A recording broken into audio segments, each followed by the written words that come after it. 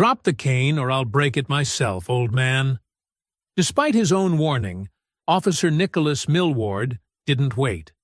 He tore the white and red cane from Joseph Desmond's hand and snapped it over his knee. The mahogany handle, shaped by his late wife to fit his grip, hit the pavement and skidded into the gutter.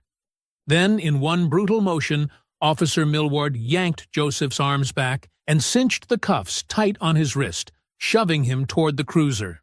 Joseph said nothing and complied, because he had survived 71 years by knowing which battles to fight and where. What Officer Millward didn't know was that Joseph's son had made a career of exposing moments like this, and somewhere beyond the reach of those closing cuffs, that reckoning was already beginning. Before continuing, comment where in the world you are watching from, and make sure to subscribe, because tomorrow's story is one you can't miss. The jacket was the first thing. Joseph Desmond always wore his good jacket on Tuesdays, the dark navy one with the brass buttons that Regina had bought him for their 40th anniversary. He'd found it in the closet by feel, third hanger from the left, always, and pulled it on slowly, smoothing the lapels the way he used to when he could still see himself in the mirror. He couldn't see anything now, hadn't for 6 years, but he still smoothed the lapels. He stood at his apartment door on the 4th floor of a building on 118th Street in Harlem, New York, and did what he did every Tuesday morning. He patted his coat pocket. Pharmacy list, folded in thirds. Exact change for the barber shop. 14 $14s, 2 5s, and 4 1s, organized by denomination the way Regina had taught him when the darkness first came. His white and red mobility cane leaned against the doorframe. He picked it up, feeling the smooth mahogany handle settle into his palm like a handshake from an old friend. Regina had made that handle, sanded it herself, fitted it to the exact curve of his grip. 2 years gone, and he still carried her every Tuesday. Joseph stepped into the hallway, pulled the door shut behind him, and began moving toward the elevator with the easy confidence of a man who had walked this same path 600 times. Every bump in the carpet, every loose floorboard outside apartment 4C. He knew all of it. The darkness didn't scare him anymore. The root was in his bones. Outside, October had arrived the way October does in New York.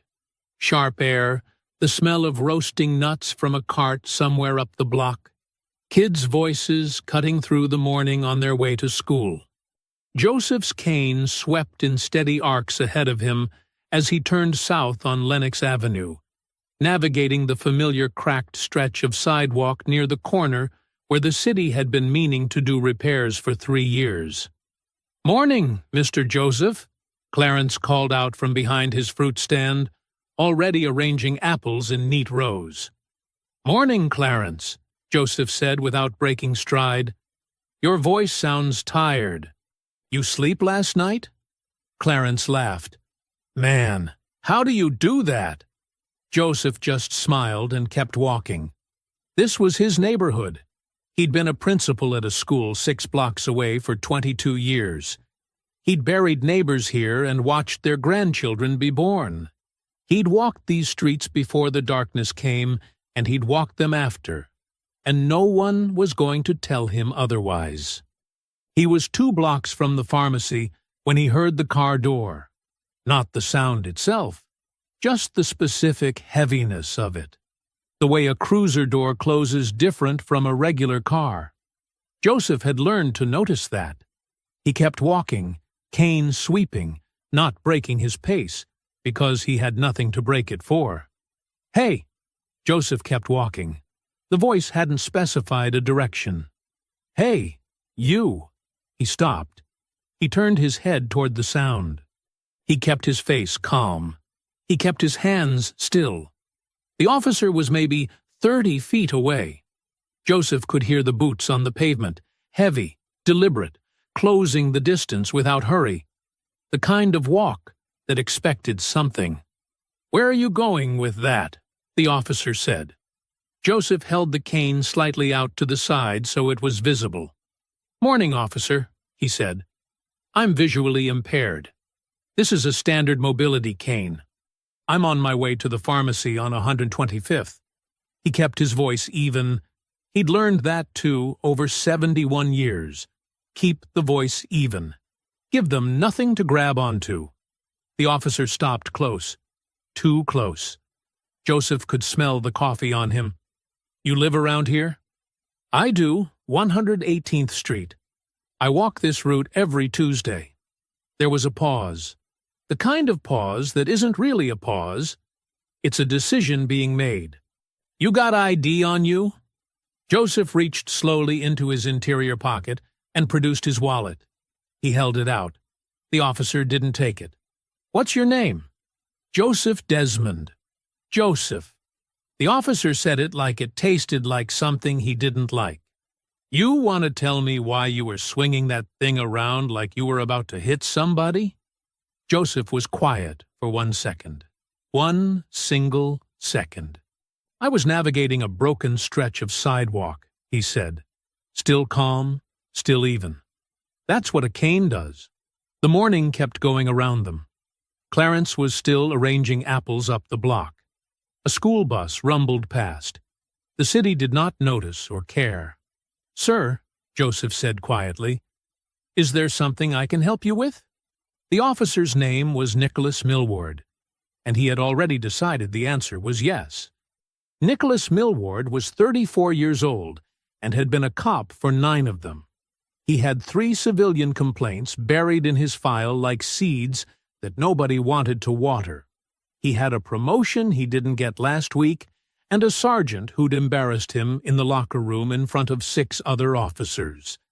He had cold coffee in the cup holder of his cruiser and a chip on his shoulder the size of a city block. And right now, he had Joseph Desmond standing in front of him on a public sidewalk. And something about that, about the way Joseph stood, about the quiet dignity in the old man's posture, about the calm in his voice that refused to crack, was making Millward's jaw tighten in a way he couldn't quite explain. "Drop the stick," Millward said. Joseph didn't move. "Sir, this is a mobility aid. I am legally blind. Removing this cane leaves me without any means of—" "I said drop it." Officer Randy Osmar, 29 years old and 3 months out of his probationary period, stood back near the passenger side of the cruiser. He watched. He didn't say anything. He would keep not saying anything for the entire duration of what followed, and that silence would follow him for the rest of his career. "Officer," Joseph said, his voice still measured, still even, still refusing to give Millward the reaction he was fishing for. "I am a 71-year-old blind man on his way to pick up a prescription. I am not a threat to you. I am not a threat to anyone. You were swinging that thing at people. I was navigating a broken sidewalk. Stop arguing with me." "I am explaining myself," Joseph said. "There is a difference." Millward stepped forward and grabbed the cane. It happened fast. His hand closed around the shaft just below Joseph's grip, and he pulled. Joseph's hand tightened, not from resistance, not from defiance, but from something so deep and automatic, it bypassed thought entirely. Take away the cane, and Joseph was standing in the middle of a city sidewalk with no way to know where the curb was, where the wall was, where anything was. His hand had been trained by 6 years of necessity to hold on. His hand held on. "Let go," Millward said, his voice dropping low and mean. "Let go right now." "Please," Joseph started. Millward ripped the cane free, and then he broke it. He brought it down over his raised knee like he was snapping a piece of kindling for a fire. The sound was a crack, sharp and ugly and final. The mahogany handle, Regina's handle, sanded smooth by Regina's hands, fitted to the curve of Joseph's palm by the woman who had loved him for 43 years, separated from the shaft and bounced off the concrete sidewalk. Joseph went completely still, not frozen with fear, still in a different way. Still, the way a man goes still when something is taken from him that cannot be given back. His hand was open now, empty, and he held it at his side like he didn't quite know what to do with it. Up the block, Clarence had stopped arranging his apples. 3 people had their phones out. A woman in a green coat was already talking loudly. "What is wrong with you? He's blind! He's blind!" But her voice seemed to be coming from very far away. "Turn around," Millward said. "Hands behind your back." "What?" Joseph said. It wasn't protest, it was genuine disbelief. "You heard me. Turn around. You're under arrest." "For what?" "Assaulting an officer. Resisting arrest." The words landed like a physical thing. Joseph stood there for a moment, and in that moment his face did something complicated, something that moved through disbelief and pain, and landed somewhere older and harder and sadder. Like he had hoped, after 71 years, that the world had changed enough that he wouldn't be standing here again. It hadn't. He turned around. He put his hands behind his back. He let the cuffs go on without another word, because he was Joseph James Desmond, and he had survived things that would have broken men half his age, and he was not going to give Nicholas Millward the satisfaction of seeing him break now. Millward walked him to the cruiser and pushed him into the back seat. Not gently. The door slammed. Joseph sat in the darkness, which was the same darkness as always, the darkness he lived in every day, except this darkness smelled like plastic and sweat and old coffee, and somewhere behind him on the sidewalk, in 2 pieces on the cold concrete, was the last thing Regina's hands had ever made for him. The ride to the 28th precinct took 11 minutes. Joseph knew because he counted. It was something he'd learned to do after losing his sight. Measure the world in time when he couldn't measure it in distance. 11 minutes in the back of a cruiser with his hands cuffed behind him. No seatbelt, no cane, no way to brace himself when Millward took corners too fast. The plastic seat was hard and cold. The cage divider in front of him smelled like someone else's fear. He didn't speak. There was nothing to say to these men that they were willing to hear. He thought about Regina instead. He thought about her hands working that piece of mahogany on the kitchen table, the sound of the sandpaper going back and forth in long, smooth strokes, while he sat across from her and pretended to read. He thought about her measuring his grip with a piece of string, serious as a surgeon. "I'm going to make sure it fits you right," she'd said. "You're going to carry it every day. It needs to feel like yours." It had. It always had. He pressed his lips together and looked straight ahead into the dark. The booking area of the 28th precinct was loud the way police stations are always loud. Phones, voices, the buzz of fluorescent lights that never quite settled into silence. A desk sergeant named Wilson looked up when Millward brought Joseph in, assessed the situation in about 2 seconds, and looked back down at his paperwork. Millward walked Joseph to the processing desk like he was delivering a package. "Assaulting an officer," he said to nobody in particular. "Resisting." "He's got no cane," Osmar said quietly, from somewhere behind Millward. "He'll survive." A younger officer near the far wall glanced over. He looked at Joseph, the good jacket, the steady posture, the empty hand that kept opening and closing slightly without Joseph seeming to notice, and then looked away. Millward leaned against the counter while Joseph was processed. He was relaxed now. The tight-wound energy from the street had loosened into something worse, something easy and casual and entertained. "You see the way he was holding on to that thing?" Millward said to Osmar, loud enough to carry.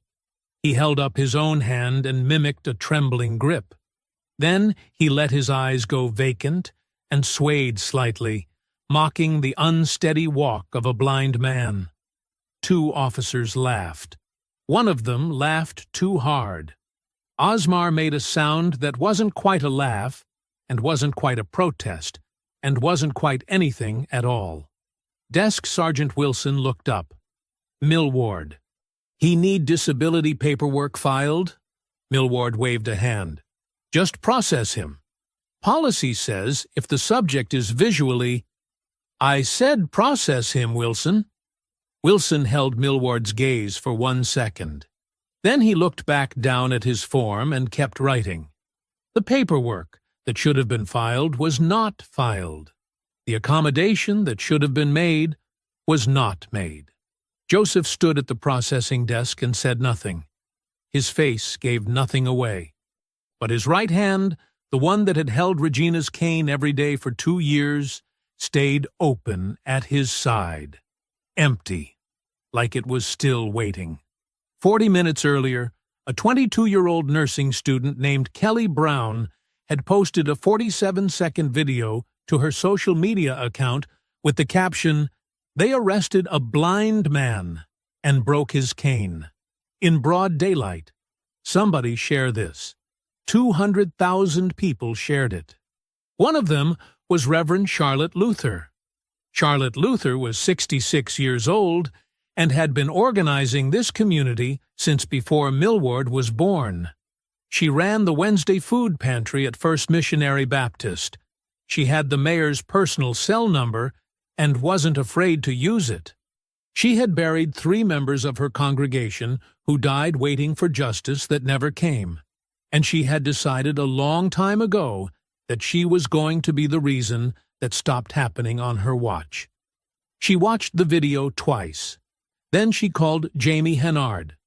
Jamie Hennard, 48 years old, civil rights attorney, had successfully sued the NYPD twice and was widely known in the department's legal office as someone they did not want to see walking through a door. She answered on the second ring, listened for 45 seconds, and said, "I'll meet you there." Within the hour, Reverend Luther was at the front desk of the 28th Precinct, with 8 community members at her back and Jamie Hennard beside her, with a briefcase and an expression like a closed fist. A local news van had pulled up outside. The camera was already rolling. The desk sergeant picked up his phone. Captain Gordon Norwell came downstairs 3 minutes later. He was 58 years old, silver-haired, with the careful face of a man who had spent 30 years learning exactly how much to reveal and when. He stepped into the lobby and took it all in without appearing to.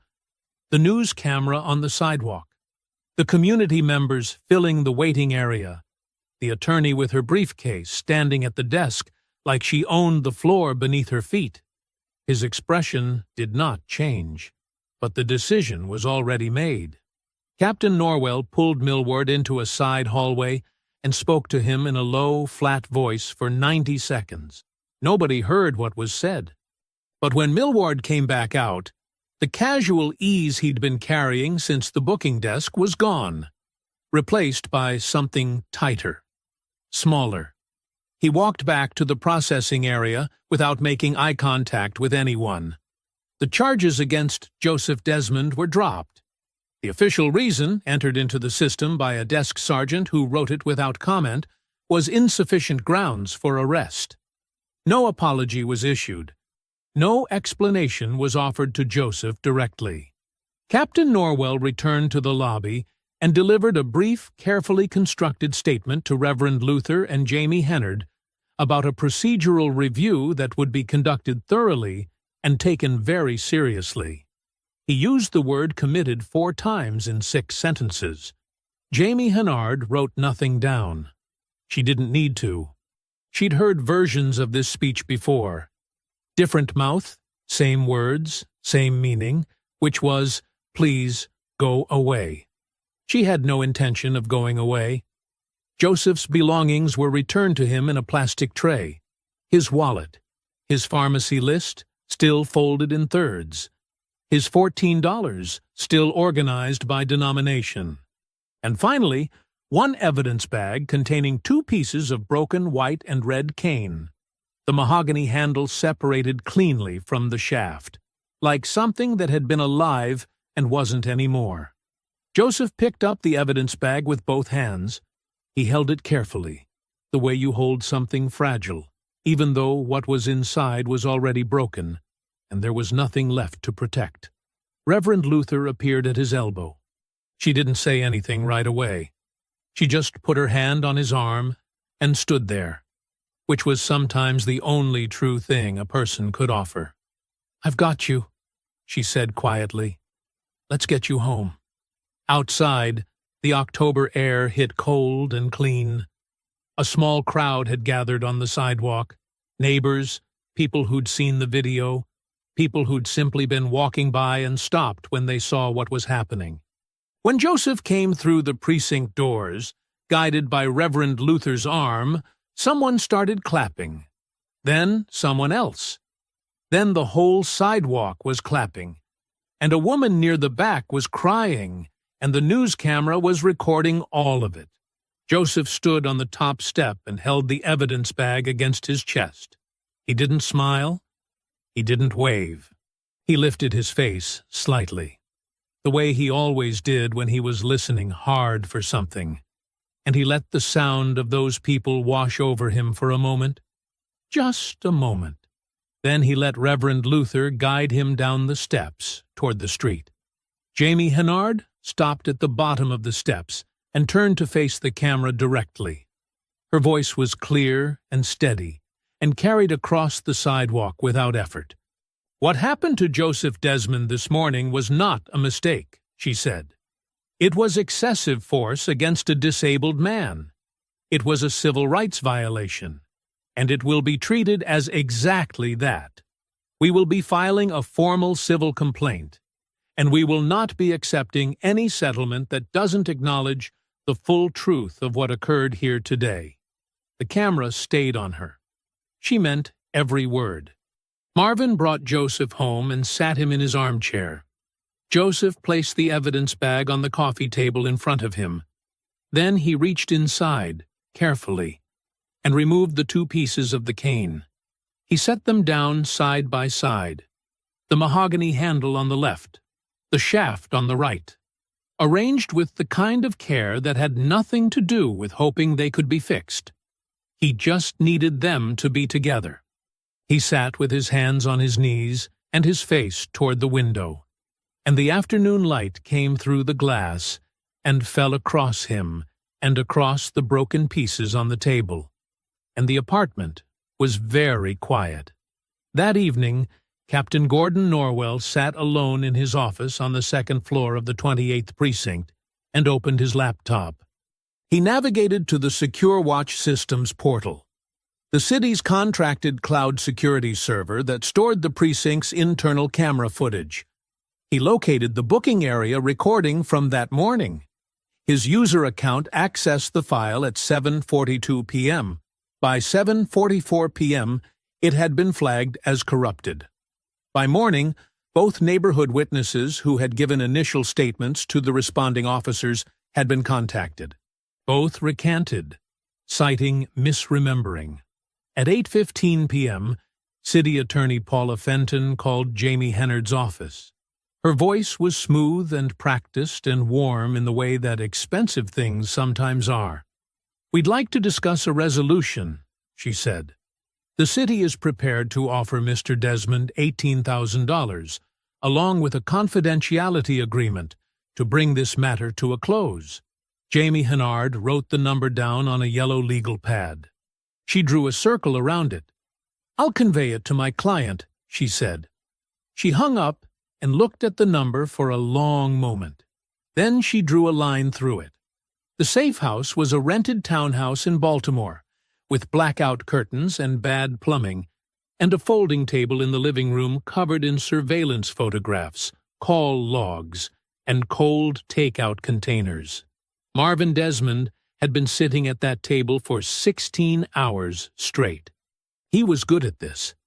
Patient in a way that most people weren't built for. The kind of patient that came not from calm, but from discipline. From training himself, over 20 years, to hold still when everything in him wanted to move. His coffee had gone cold 2 hours ago. He hadn't noticed. At 9:17 a.m., his phone buzzed on the table beside a stack of printed transcripts. He glanced at the screen. Not his father's number. His father called at 8 every morning, without fail. This was Reverend Luther. He picked up. Reverend Luther. She told him everything. She told him about the video, the arrest, the broken cane, the precinct, the dropped charges, the crowd outside. She told him about the $18,000 offer and the confidentiality agreement. She told him about the 2 witnesses who had recanted overnight and the security footage that had been quietly flagged as corrupted by morning. Then she said, "Marvin, they broke Regina's cane." The room kept going around him. His colleagues moved between the table and the kitchen. Someone's radio crackled. Someone laughed at something on the other side of the room. Marvin set the phone face down on the table. He sat there for 10 seconds. Just 10 seconds, which was all he allowed himself. Then he picked the phone back up. "I'll call you back, Reverend." He stood and walked to where his supervisor, Special Agent in Charge Dexter Sanford, was standing by the window reviewing a surveillance log. "I need personal leave," Marvin said. "Effective now." Sanford looked up. He was a practical man who did not waste time on unnecessary reactions. "We're 16 hours into a build that's taken 8 months, Desmond. I need you at that table." "My father was arrested this morning," Marvin said. "He's 71 years old. He's been blind for 6 years. An officer broke his mobility cane and handcuffed him on a public sidewalk." Sanford studied him. "Is he hurt?" "Not physically." "Then I need you at that table." The room had gone quiet in the way rooms do when people are pretending not to listen. Marvin said, "They broke Regina's cane." Nobody in that room had known Regina Desmond, but they had all worked alongside Marvin long enough to know what those words meant. The way he said them, the particular stillness that came over his face when he did. Sanford looked at him for a long moment. 2 weeks, Sanford said. "Don't embarrass the Bureau." Marvin drove to New York that night. 4 hours on I-95 with the radio off, and the windows cracked and his mind working the way it always worked. Methodically, carefully, building the problem from the ground up. He was an FBI agent. He had no jurisdiction over local police misconduct. If he walked into this as Marvin Desmond's son, he was just another angry family member with a grievance and no leverage. If he used his badge carelessly, he handed the city's attorneys exactly what they needed. A federal agent interfering in a civil matter for personal reasons, tainting every complaint, every witness, every piece of evidence. He couldn't be reckless. His father had raised him to understand that the difference between justice and revenge was precision. But there was something else Reverend Luther had mentioned, almost as an aside, near the end of the call. She'd said it the way people say things they think are small when they are actually everything. Millward had 3 prior complaints, all from black residents in his patrol area. All filed. All buried. All settled under confidentiality agreements. Marvin drove and thought about that. 3 prior complaints meant a pattern. A pattern, documented and provable, was the difference between one bad morning and a systemic civil rights violation. That was the road to federal jurisdiction. That was the thread he needed to find. He pulled up outside his father's building on 118th Street at 11 o'clock at night. The neighborhood was quiet. A few windows lit up, the bodega on the corner still open. Someone's music drifting down from a high floor somewhere. Marvin sat in the car for a moment. He pressed his hands flat on the steering wheel and breathed. Then he went upstairs. His father's apartment door was unlocked, the way it always was when Joseph was expecting him. Marvin pushed it open and stepped inside. One lamp on in the corner.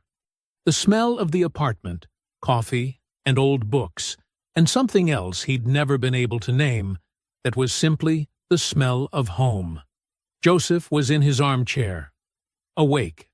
His hands rested on his knees, and on the coffee table in front of him, in 2 pieces, lay what was left of Regina's cane. Neither of them spoke for a moment. Then Joseph said, "You didn't have to come all this way." "Yes, I did," Marvin said. He sat down across from his father, pulled the yellow legal pad from his bag, and uncapped his pen. He wasn't leaving until this was done. They sat across from each other in the quiet apartment, father and son, the broken cane between them on the coffee table like evidence of something that hadn't been resolved yet. Marvin had his legal pad open. His pen was uncapped, but he wasn't writing anything yet. He was watching his father. Joseph's hands were folded on his knees. His face was turned slightly toward the window, the way it always was. Not because there was anything to see, but because that was where the sounds came in. The neighborhood settling into night. A distant siren.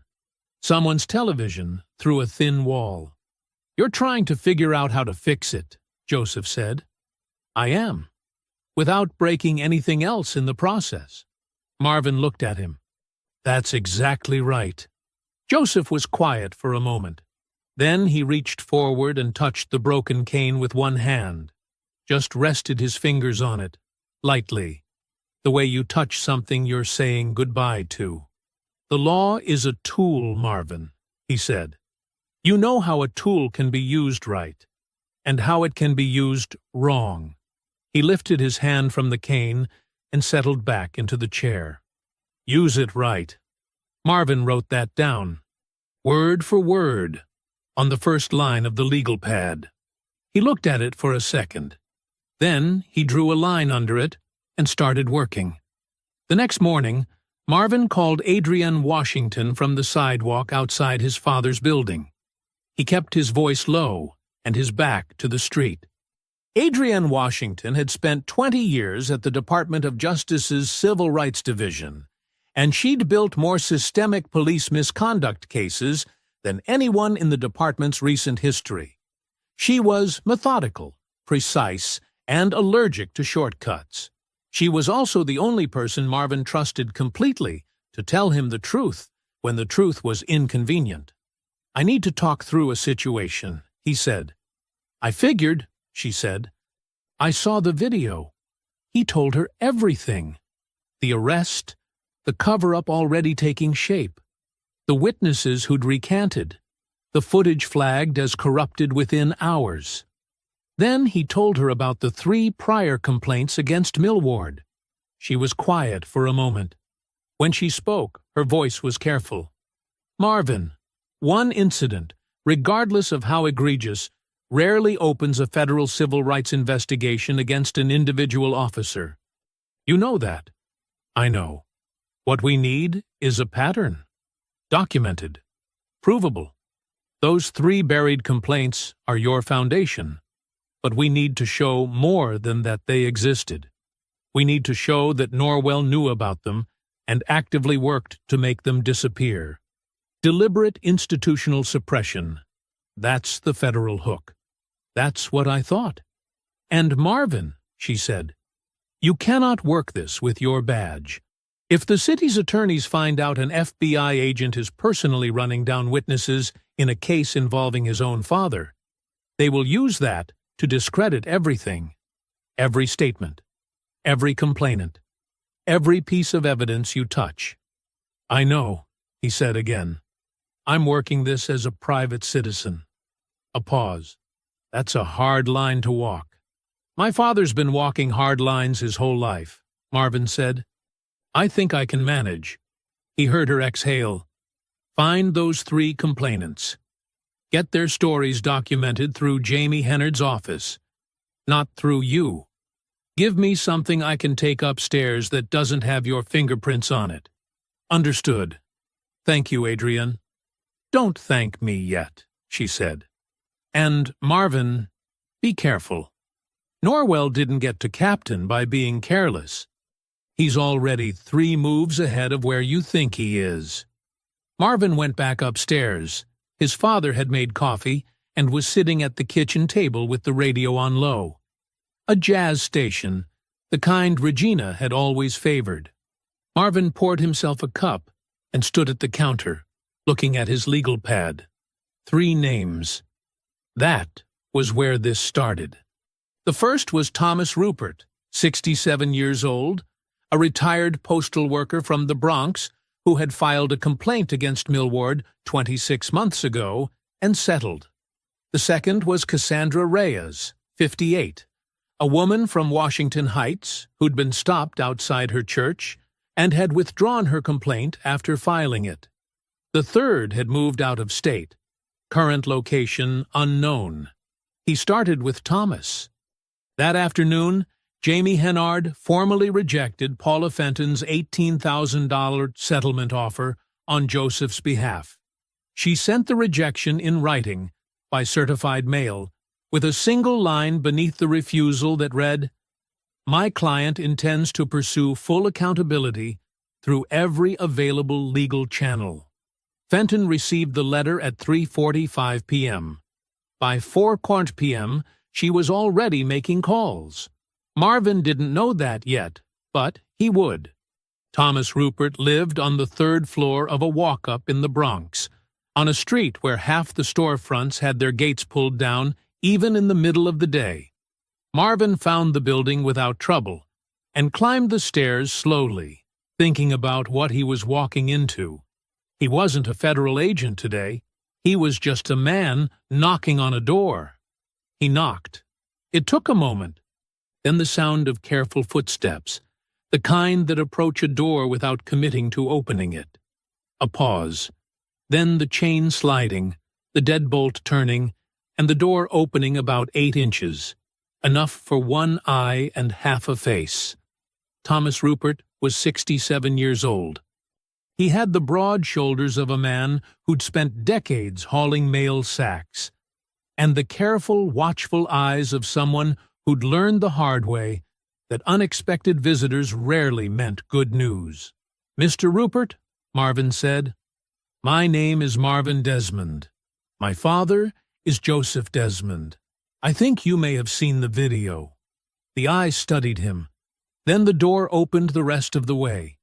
The apartment was tidy in the particular way of a man living alone who takes pride in order. A recliner positioned in front of the television. Plants in the window, recently watered. A photograph on the wall of a younger Thomas in his postal uniform, grinning wide, standing next to a woman who shared his eyes. Thomas sat in the recliner and folded his hands and looked at Marvin, the way a man looks at someone he wants to trust, but has learned not to. "I know why you're here," he said. "Then you know what I'm going to ask." Thomas was quiet for a long moment. "Millward stopped me outside the Associated on Morris Avenue," he said finally. 26 months ago. Middle of the day. I had 2 grocery bags in my hands." He looked at his hands now, as if he could still feel the bags. "He said I matched a description. He wouldn't tell me what description. He told me to put the bags down, and when I asked why, he put his hand on my chest and pushed me into the wall." The room was very quiet. "I filed the complaint the same day," Thomas continued. "Wrote down everything while it was still fresh. Dates, times, badge number, everything." He paused. 3 days later, somebody from the city attorney's office called my daughter's job. Her supervisor got a call, asking questions, professional questions, the kind designed to make an employer nervous. Marvin didn't move. And then? And then my daughter called me crying. asking me what was going on, asking if she was going to lose her job. Thomas's voice didn't break, but it got very flat. I settled for $9,000 and signed their paper, and I have not spoken about it since. He looked at Marvin directly. I cannot go through that again. I'm sorry. I'm sorry about your father. I watched that video, and I felt sick to my stomach because I know exactly what that man was feeling on that sidewalk. I know it in my bones. His jaw tightened. But I cannot put my daughter back in that position. I won't. Marvin nodded slowly. He didn't push. He thanked Thomas Rupert, stood, and left.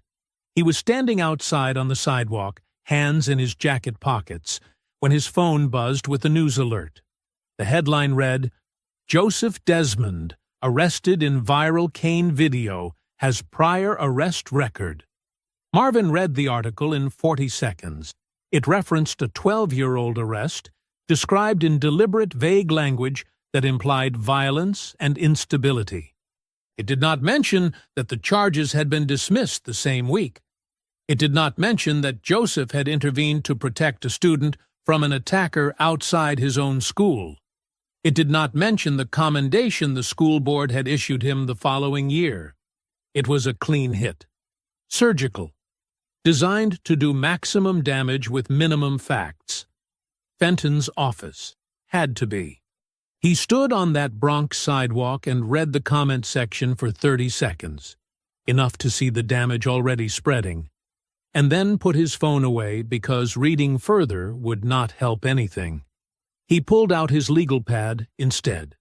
Beneath Thomas Rupert's name, he wrote 2 words and underlined them both. Systemic. Deliberate. This wasn't one officer with a bad temper. This was a machine, built piece by piece over years, designed to hurt people, and then hurt them again when they tried to say something about it. He uncapped his pen and wrote the second name on the list. Cassandra Reyes. Washington Heights was 40 minutes from the Bronx by subway, and Marvin spent the ride with his legal pad open on his knee, reviewing his notes from Thomas Rupert's apartment. He read them twice. Then he closed the pad and watched the city move past the windows in the dark tunnel and thought about what a machine looks like when you're standing inside it. It looks like nothing. That's the point. It looks like paperwork and phone calls and legal language and unfortunate coincidences. It looks like a daughter's employer getting a routine inquiry. It looks like a witness who simply changed her mind. It only looks like a machine when you step back far enough to see all the pieces moving together. Marvin was stepping back. Reverend Luther had called ahead. When Marvin knocked on the door of Cassandra Reyes's apartment on 181st Street, it opened within seconds. No chain, no hesitation. Cassandra Reyes was 58 years old, small and sharp-eyed, with the kind of stillness about her that suggested she'd been holding something in for a long time, and was very tired of holding it. "Come in," she said. "I've been waiting for someone to come."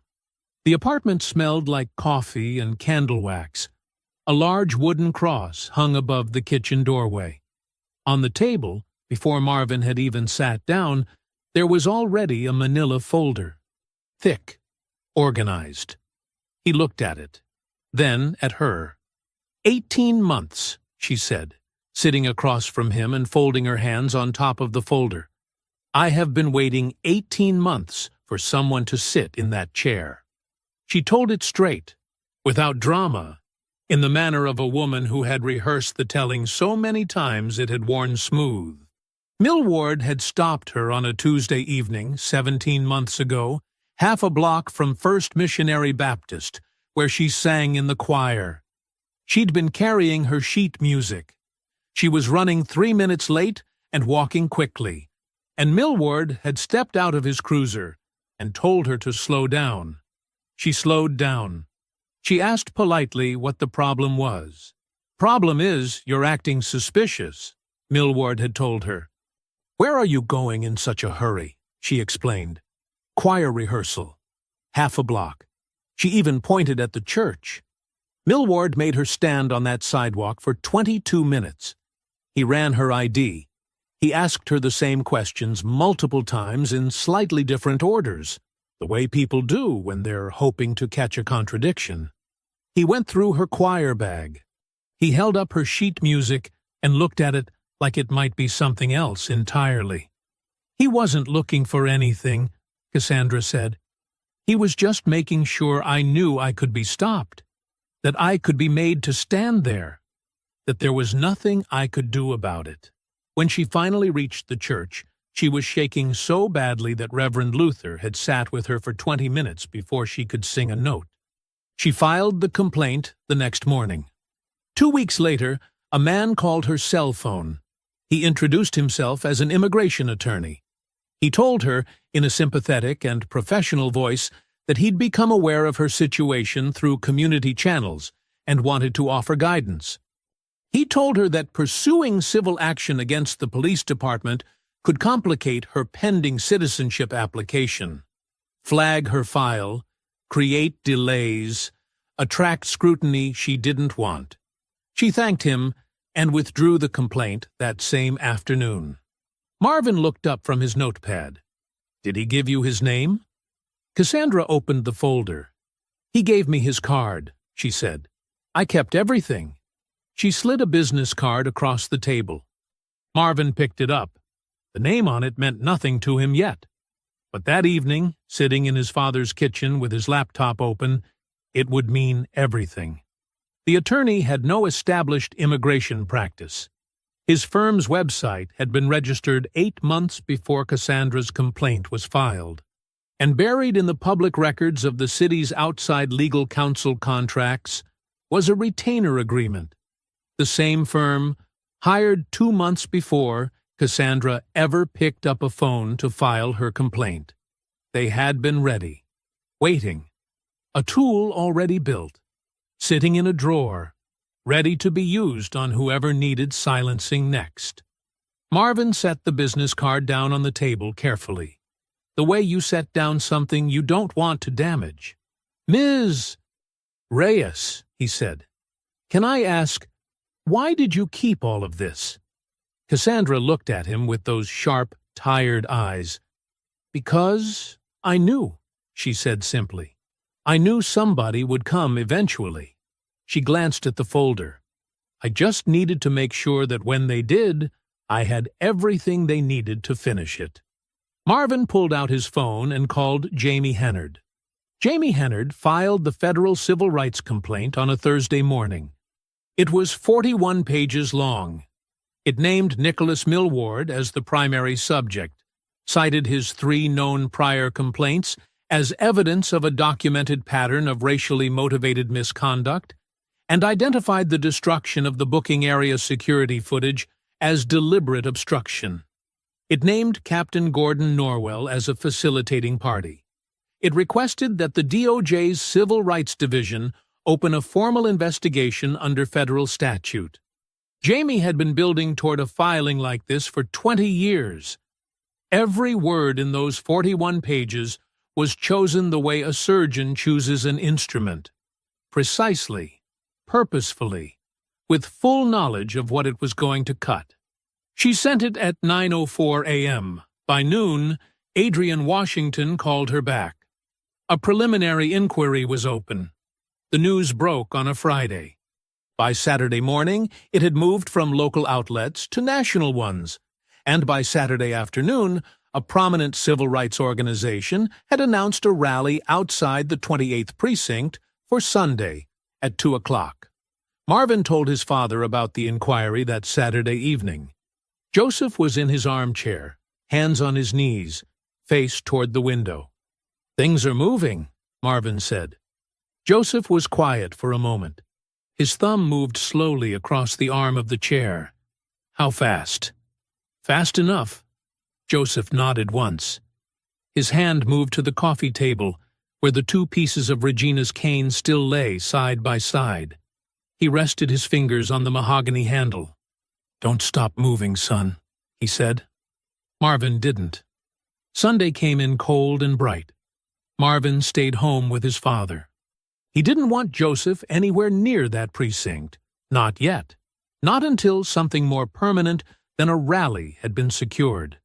But Reverend Luther was there, and Jamie Hennard was there, and that was enough. The crowd was larger than anyone had officially expected. 300 people, maybe more, spreading out across the sidewalk and into the street, until a pair of traffic officers had to redirect cars around the block. Hand-painted signs, a sound system someone had hauled in on a dolly, camera crews from 4 local stations and 1 national affiliate. A photographer captured an image that would run in 7 newspapers by Monday morning. A large framed photograph of Joseph held up at the front of the crowd, showing him on the precinct steps the day of his release, holding the evidence bag against his chest, his face lifted slightly as though listening for something just beyond what the rest of them could hear. Whoever had printed it had done so large enough that his expression was unmistakable. Dignity, unbroken and unbowed. That photograph became the face of everything that followed. Reverend Luther took the makeshift podium, a milk crate with a microphone stand, and spoke for 12 minutes without notes. She named names. She cited dates. She told Thomas Rupert's story without using his name, and she told Cassandra's story without using hers, and she told Joseph's story using every detail, because Joseph had given his permission for every detail to be used. They thought breaking his cane would break him, she said, her voice carrying clean and clear over the crowd. They do not know Joseph Desmond. The crowd answered her. Jamie Hennard followed.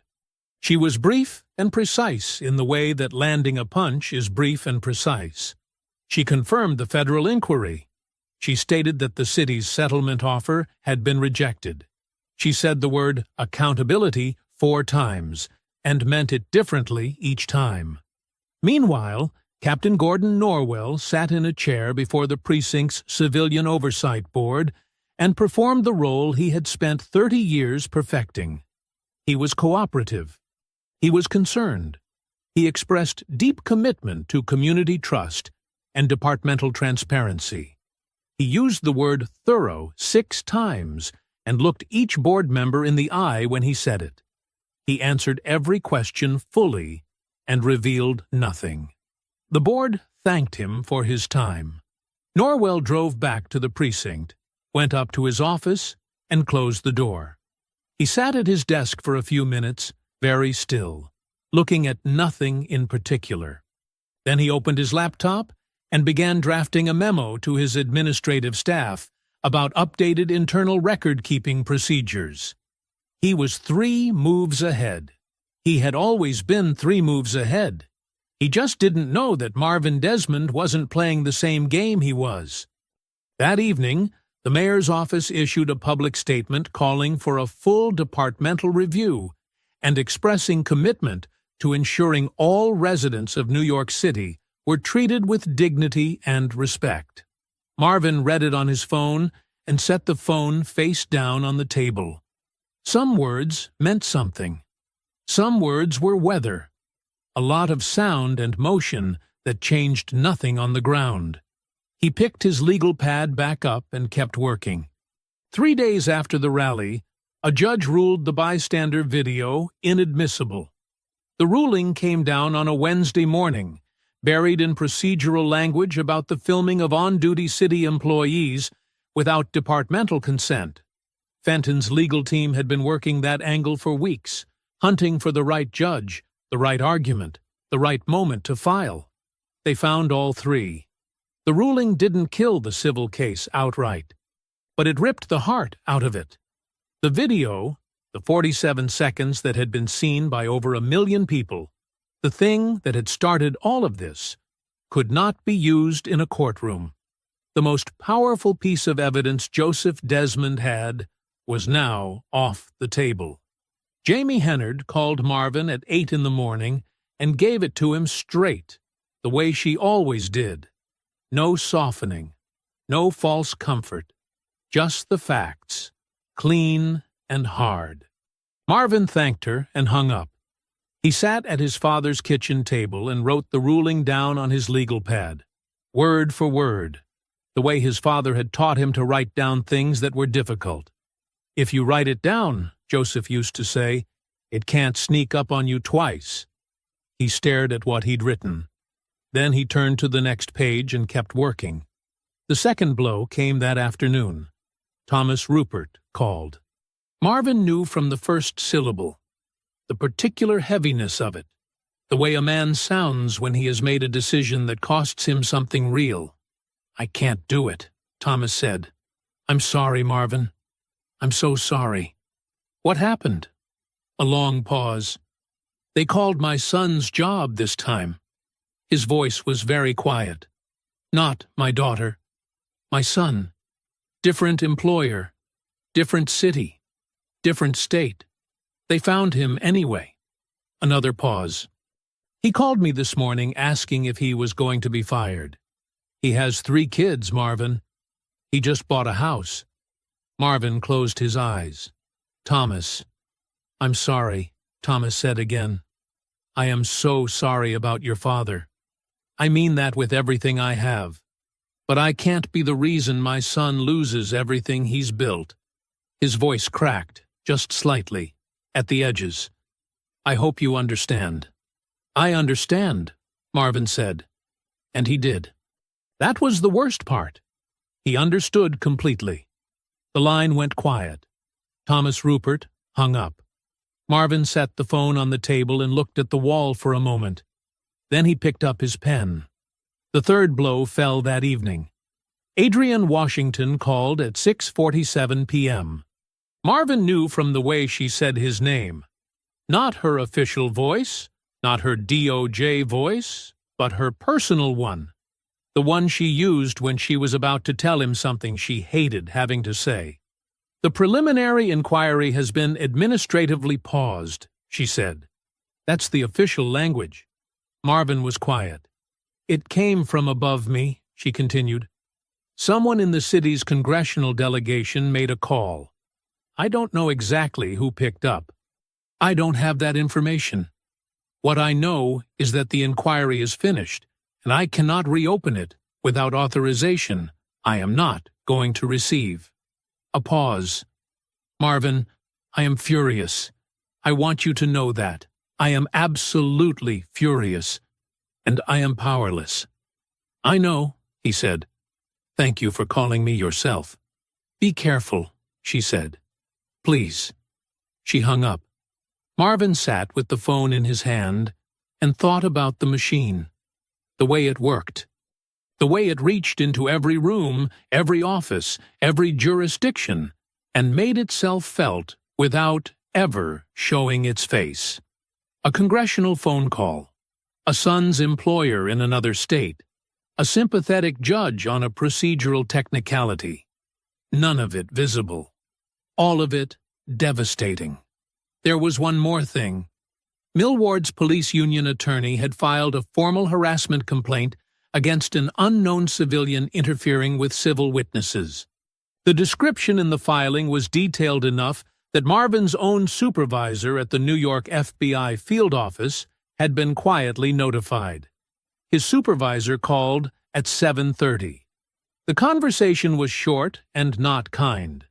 Marvin had 48 hours to demonstrate that his personal conduct had not compromised the Bureau's integrity. He had no federal hook, no jurisdiction, no video, no witnesses, no inquiry. He had a father and a broken cane and a yellow legal pad. He ended up in Marvin Garvey Park, sitting on a bench as the sun went down behind the buildings and the sky turned the color of old brick. He sat there for a long time without moving. Then he called his father. Joseph picked up on the second ring. "Marvin, are you there?"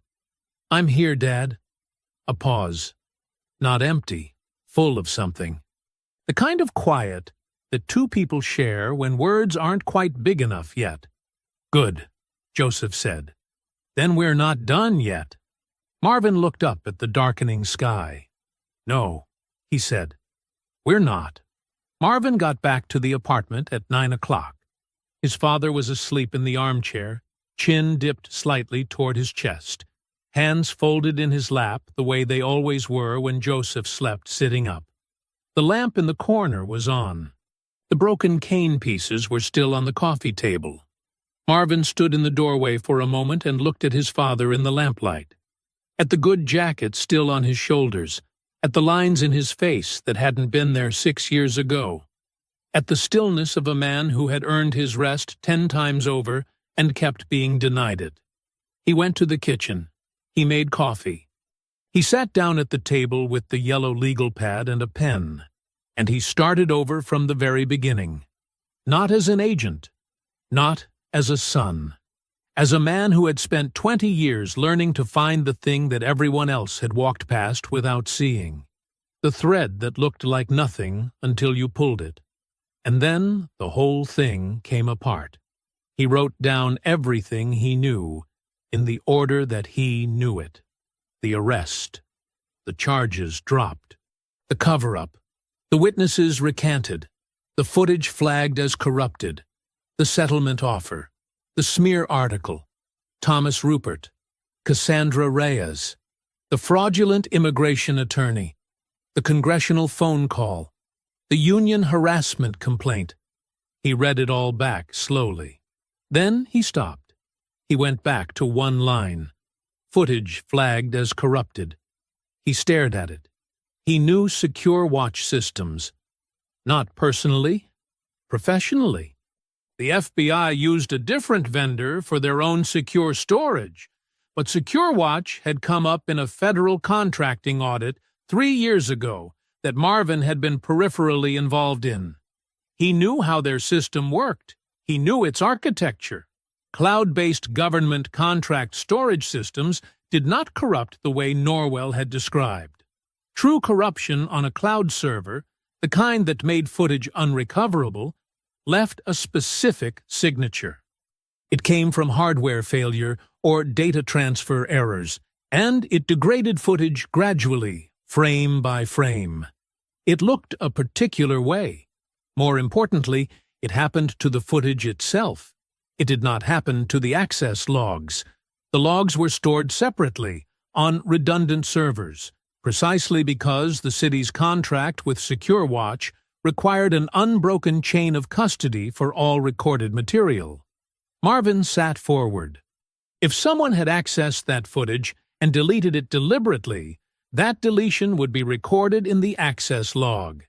A user account, a timestamp, a specific terminal.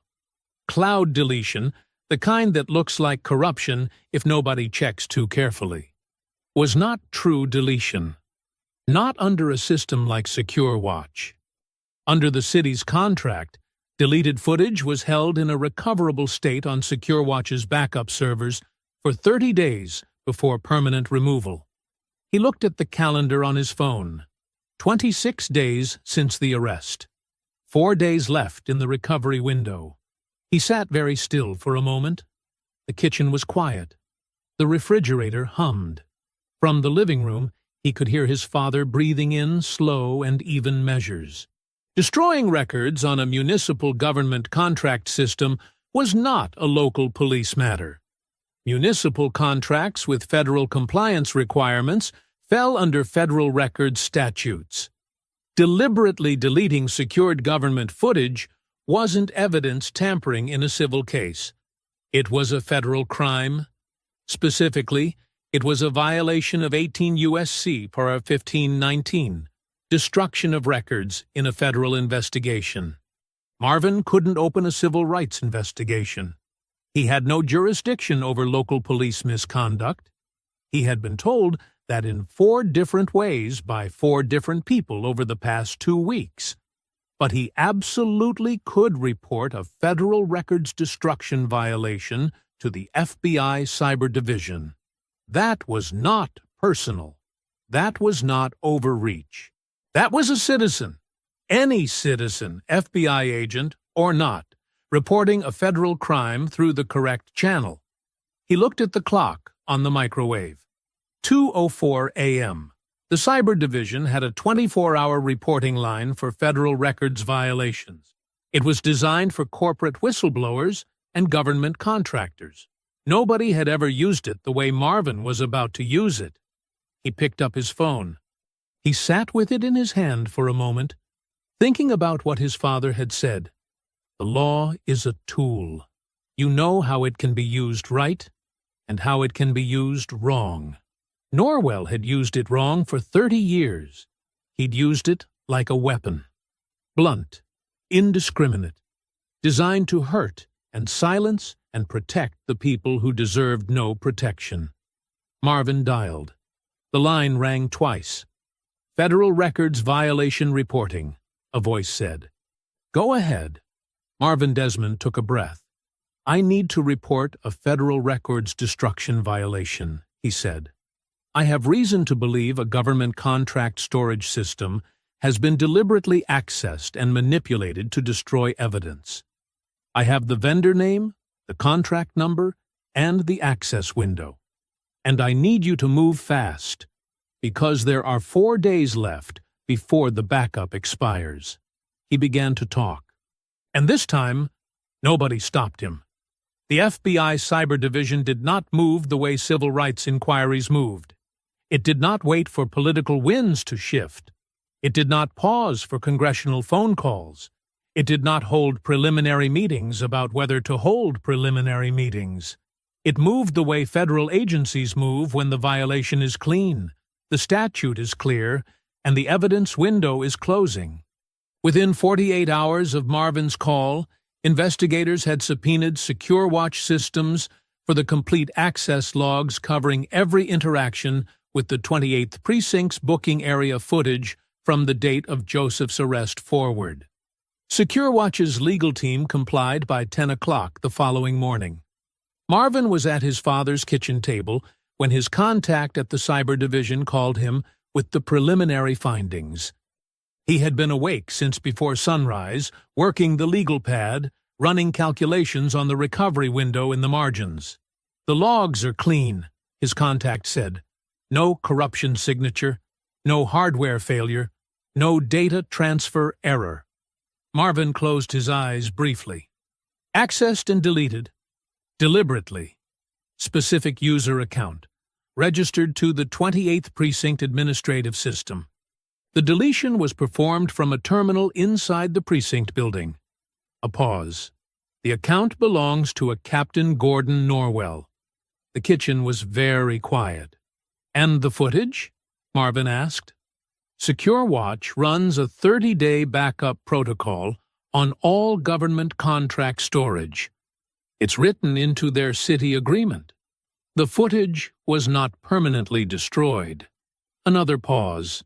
This one with something different in it. "We recovered it this morning." Marvin set his pen down on the legal pad. He pressed his hand flat on the table and breathed. "How bad is it?" he asked. "You'll want to sit down when you watch it," his contact said. "You're already sitting down, right?" "I am." "Stay sitting." The recovered footage ran for 14 minutes and 22 seconds. Marvin watched it alone on his laptop at the kitchen table, with the volume low so it wouldn't wake his father.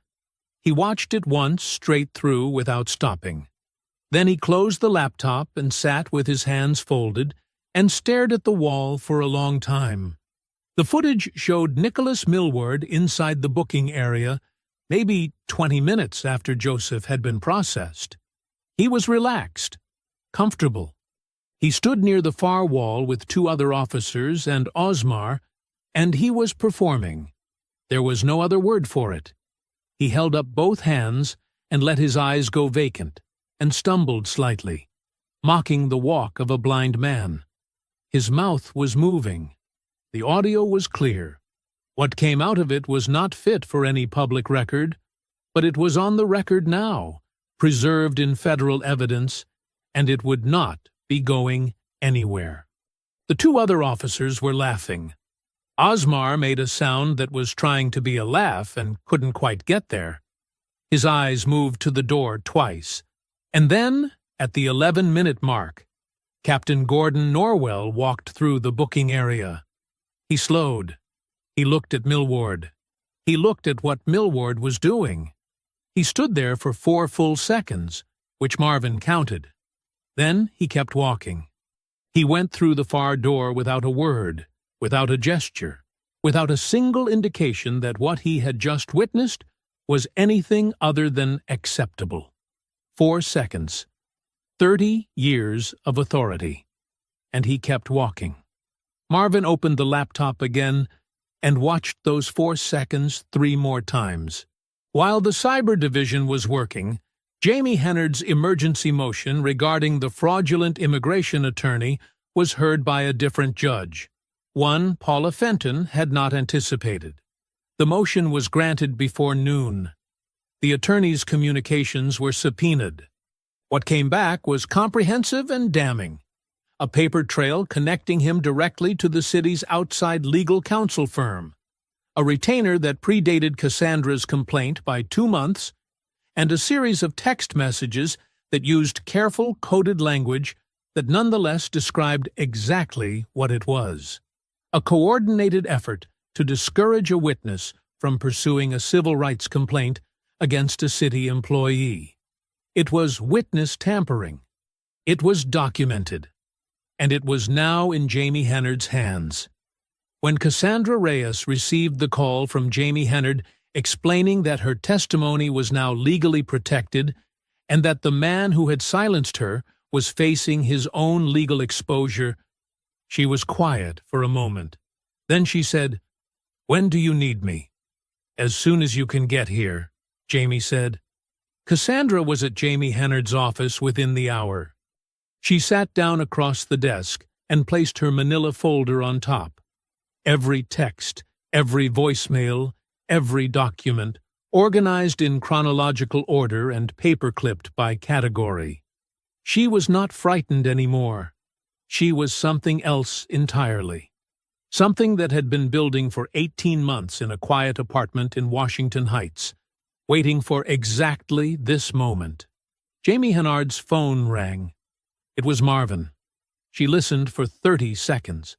Then she said, "Cassandra is in. Thomas will follow when he hears about Norwell. Marvin, the footage is the case. It's over for them." She hung up and looked at Cassandra across the desk. "Let's get to work," she said. Thomas Rupert called at 7:52 in the morning. Marvin was already awake, already at the kitchen table, already on his 2nd cup of coffee. He'd barely slept.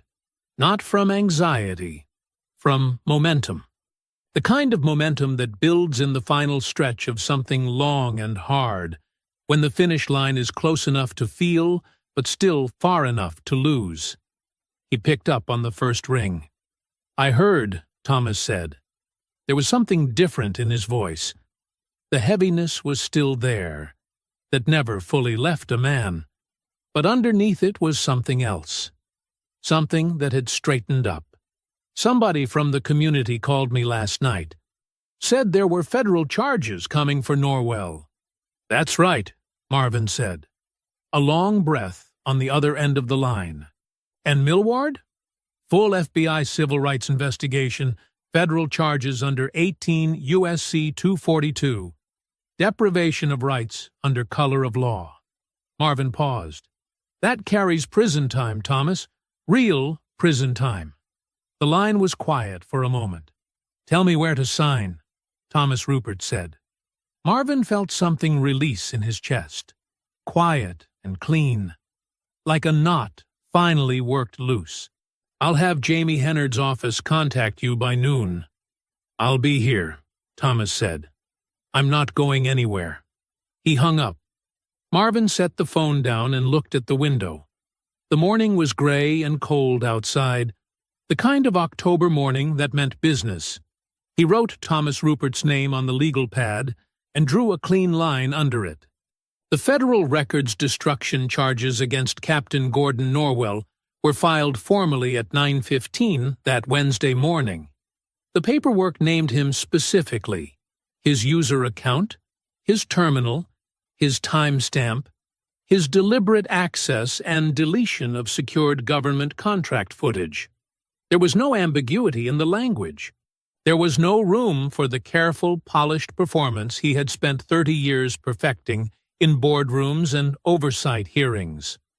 The federal charging document did not care about his silver hair, or his measured voice, or his practiced expressions of institutional concern. It only cared about 7:42 p.m., and what he had done at 7:42 p.m. was on the record. Norwell was placed on unpaid administrative leave pending prosecution. Reverend Charlotte Luther received a quiet phone call from Marvin at 8 that morning. Just the time, just the location, just the words. They're walking him out at 9. She made 4 calls after that. By 8:50, 2 news cameras and a local radio reporter were positioned on the sidewalk outside the 28th precinct. At 9:22 a.m., Captain Gordon Norwell walked out of the building he had commanded for 11 years, flanked by 2 federal investigators. He was not in handcuffs.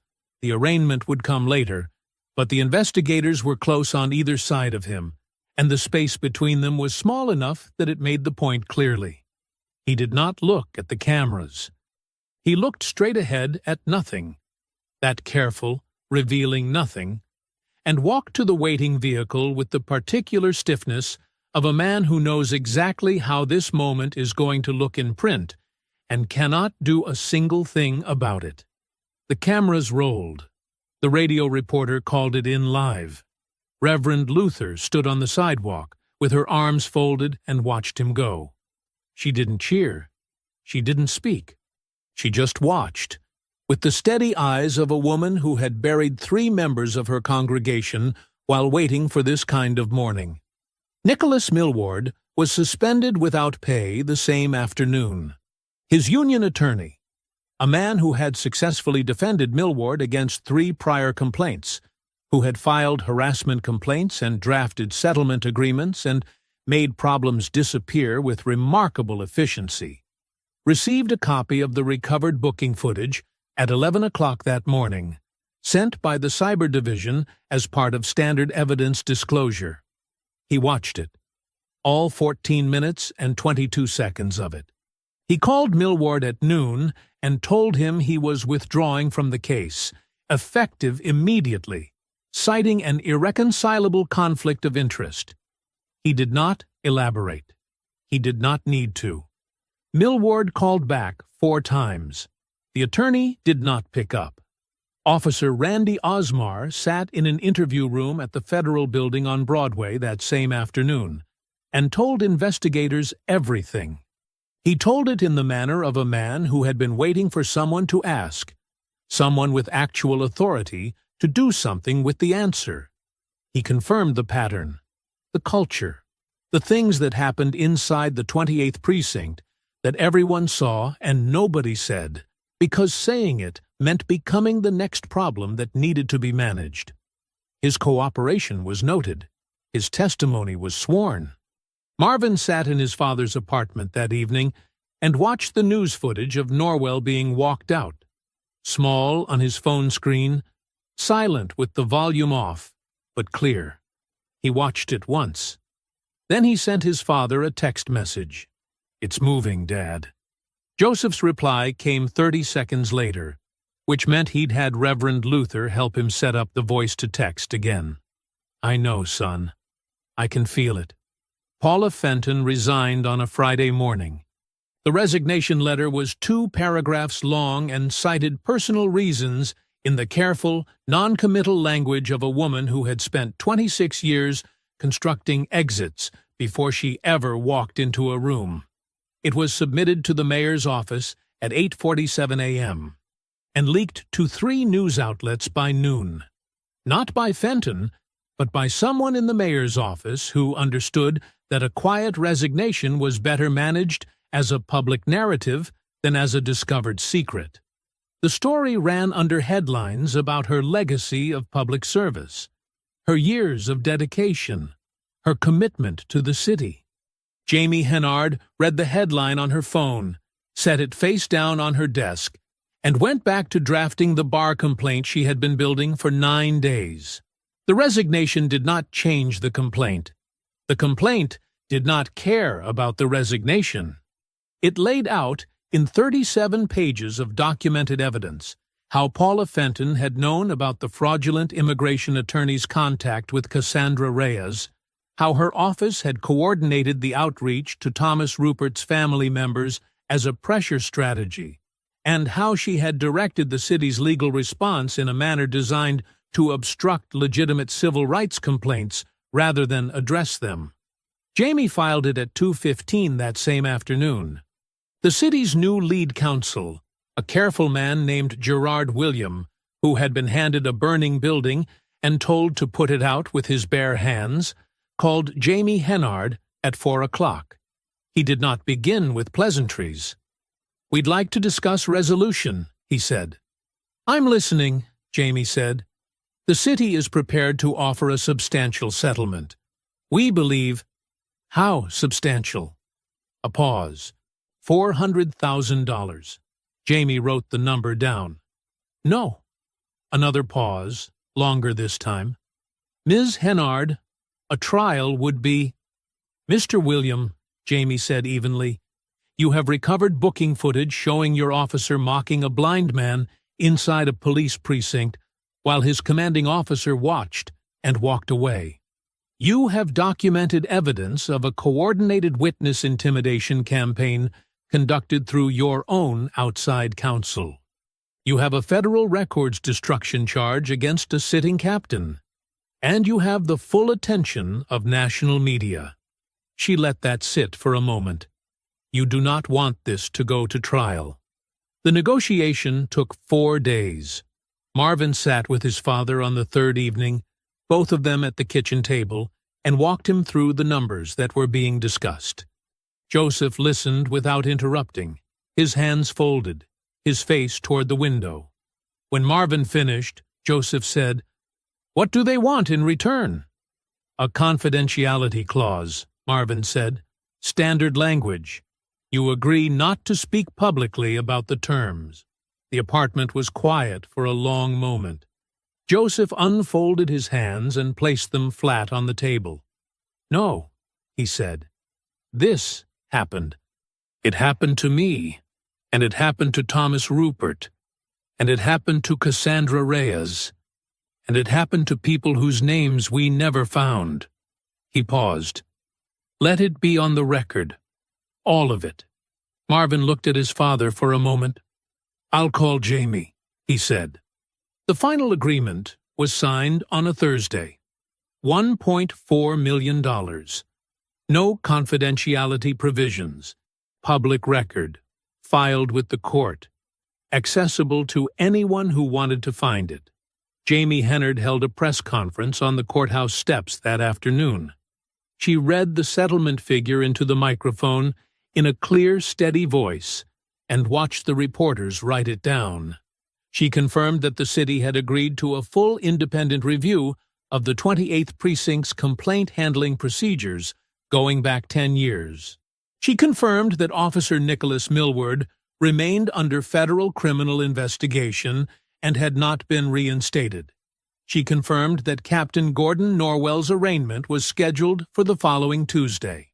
The original viral video, its courtroom admissibility no longer relevant, was reshared across every platform that afternoon, alongside the recovered booking footage which the Cyber Division had cleared for public release as part of the federal record.